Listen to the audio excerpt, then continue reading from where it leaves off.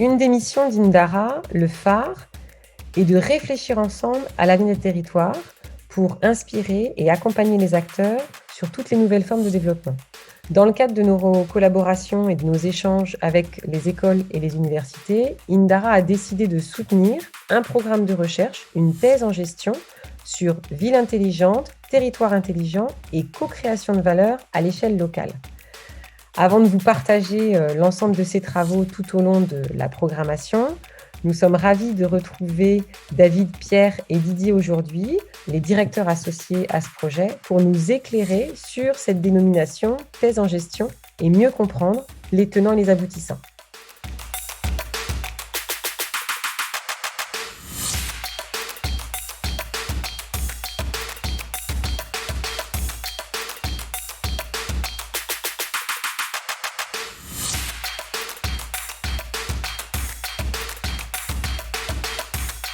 Une thèse en gestion, c'est le résultat en fait d'une recherche doctorale qui peut être engagée après un master.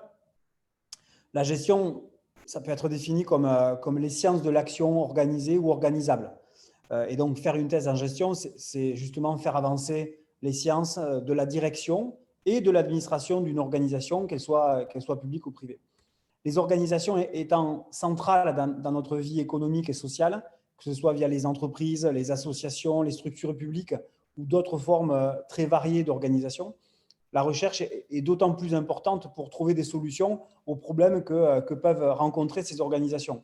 Et ces problèmes et donc les solutions peuvent être de nature très différente sur des dimensions stratégiques, sur des dimensions commerciales, des dimensions productives, de gestion des ressources humaines, de gestion des ressources financières ou encore de communication et d'information.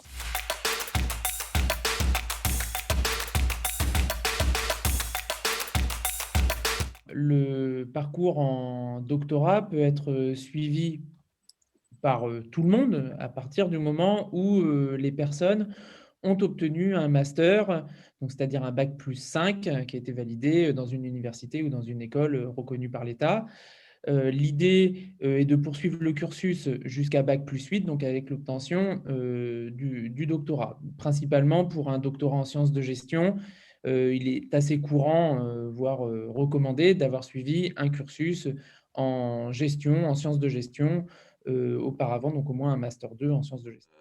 On peut s'engager dans une thèse en étant très jeune, en ayant finalement 22 ans après un master en gestion, ou en revenant finalement après une période d'activité professionnelle, que ce soit dans une logique de reconversion pour prendre du recul sur ce qu'on a appris pendant notre carrière.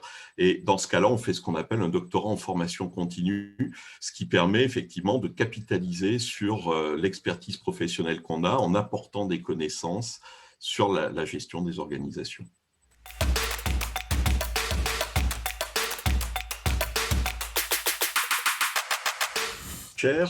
Vont permettre de disposer souvent de financement et vont permettre de financer les thèses et de bénéficier d'une équipe de recherche qui est vraiment spécialiste de la thématique sur laquelle on travaille.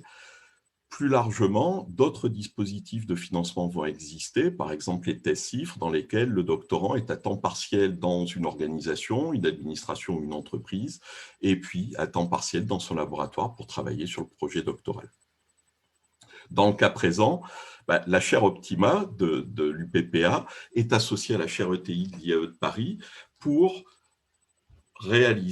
suivre la thèse de Pascal Fruquet, qui a obtenu un financement de la fondation Indara et qui était intéressé pour développer son sujet de recherche.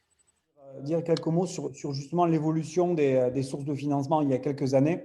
Les financements sous forme de thèse étaient largement liés à des ressources étatiques avec des thèses qui étaient mises à disposition finalement par l'État et les universités à des chercheurs et des équipes de recherche.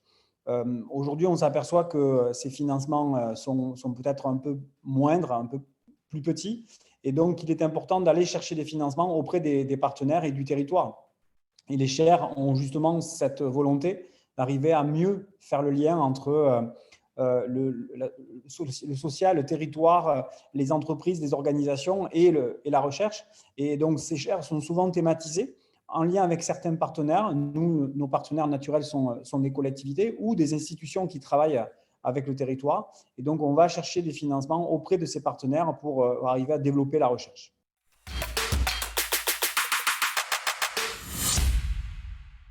Effectivement, comme on l'a vu, il y a de nombreuses organisations, publiques comme privées, il y a de nombreux sujets d'intérêt. Donc, ça va vraiment dépendre du sujet qui va être choisi ou désiré, à la fois par l'entreprise, la collectivité, les services de l'État qui vont vouloir mener cette recherche, et puis le doctorant qui en face va avoir un intérêt, une appétence pour cette recherche. Et évidemment, sa directrice ou son directeur de thèse. Ça dépend aussi du laboratoire avec les points plutôt clés de ce laboratoire-là. Donc, effectivement, les cibles peuvent être variées autant que les sujets d'étude.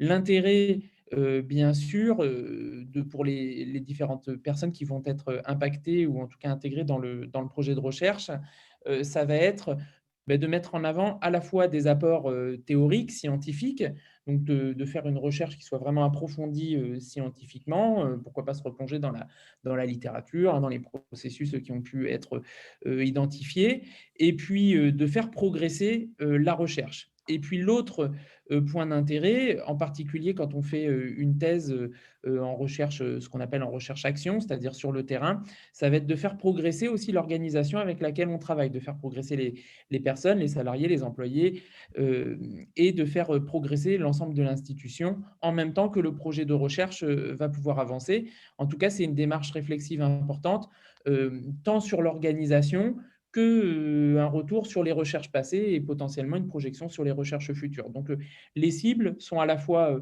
universitaires et aussi les praticiens qui vont être intéressés par la recherche en cours et par les apports de cette recherche.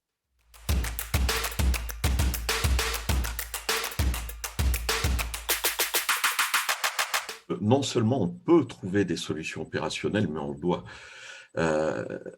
Ainsi que le disait David tout à l'heure, une thèse en gestion doit permettre de comprendre l'action organisée, la façon dont les organisations fonctionnent, dont elles arrivent à résoudre leurs problèmes. À partir de là, la thèse doit vraiment aider à résoudre des problèmes opérationnels et doit permettre aux praticiens de progresser dans leurs activités.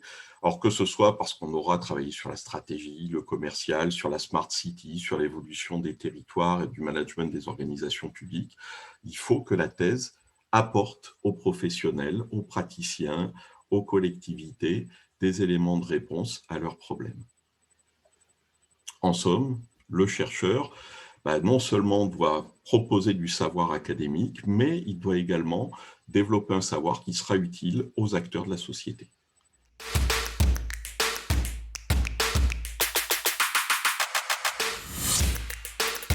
On le voit dans la question, c'est long, c'est 3 ans.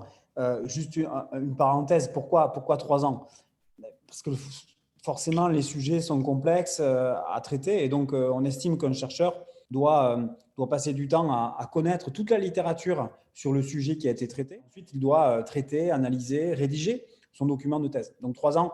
Et souvent, c'est la thèse qui permet, et cette durée permet d'engager un financement sur 36 mois. Donc voilà, c'est une durée qui est assez longue et qui est assez normée par les écoles doctorales.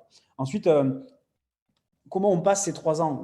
Je le disais un peu dans ma réponse, c'est que finalement, il y a à la fois un travail de littérature, de lecture qui se passe en laboratoire ou chez soi en fonction des conditions sanitaires.